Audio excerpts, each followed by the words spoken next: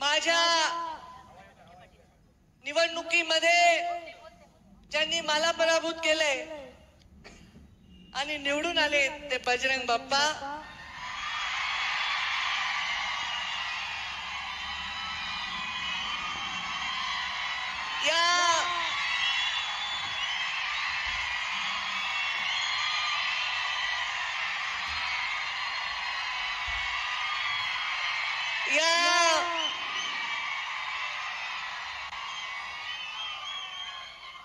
या जिल्ह्याचे आमदार ज्यांना 2009 मध्ये पहिल्यांदा गुलाल लागला तो भारतीय जनता पार्टीतूनच लागला आणि आता 2024 मध्ये परत आमदार म्हणून निवडून आले ते ज्यांनी ही सभा आयोजित करण्यामध्ये मोठा लोकांचा संग्रह करण्यामध्ये योगदान दिलंय आणि प्रचंड उत्साहाने लोक टाळ्या वाजवत आहेत।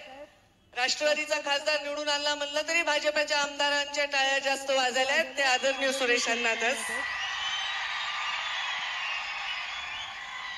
मंचावर उपस्थित आमचे ज्येष्ठ मार्गदर्शक, अनेक वर्ष ज्यांचा संबंध आमच्या परिवाराशी आहे आणि पहिल्यांदा लोकसभा निवडणूक त्यांनी सुद्धा इथून लढली, ते आदरणीय प्रकाशदादा सोळंके। मंचावर उपस्थित माझे सहकारी आमदार नमिता मुंदडा, आताच नवनिर्वाचित आमदार गेवराईचे विजयराजे पंडित आणि बीडचे आमदार संदीप क्षीरसागर। बघा देवेंद्रजी, तुम्ही बघताय ना तुम्ही,